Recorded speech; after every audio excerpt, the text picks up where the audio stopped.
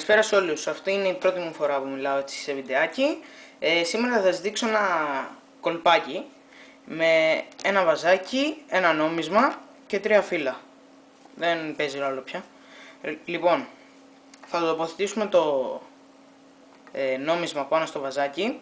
Θα το καλύψουμε και 1, 2, 3. Με τη δεύτερη φορά, δεν πειράζει. Βλέπουμε ότι το νόμισμα περνάει μέσα από το βαζάκι. Λοιπόν, πάμε να δούμε τώρα πως γίνεται αυτό. Θα χρειαστείτε 2 νομίσματα και 3 χαρτιά που δεν χρειάζεται, όσα θέλετε βασικά, όχι 3. Απλά το κάνω έτσι για κάλυψη. Λοιπόν, το ένα θα τοποθετήσετε λίγο ζελοτέιπ στο καπάκι και θα βάλετε το ένα νόμισμα. Έτσι. Θα καλύψετε.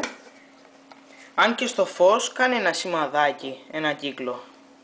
Θα τοποθετήσετε το νόμισμα και μετά θα έχετε και εδώ ζελοτέιπ. Θα βάλετε το χαρτί έτσι από πάνω και θα φροντίσετε να ακουμπήσει πάνω στο νόμισμα. Οπότε μετά το τραβάει. Και αν χτυπήσετε δυνατά, με την πίεση τέλος πάντων που έχει το χέρι σας, το νόμισμα κατεβαίνει. Αυτό ήταν το κόλπο μου. Ελπίζω να σας άρεσε.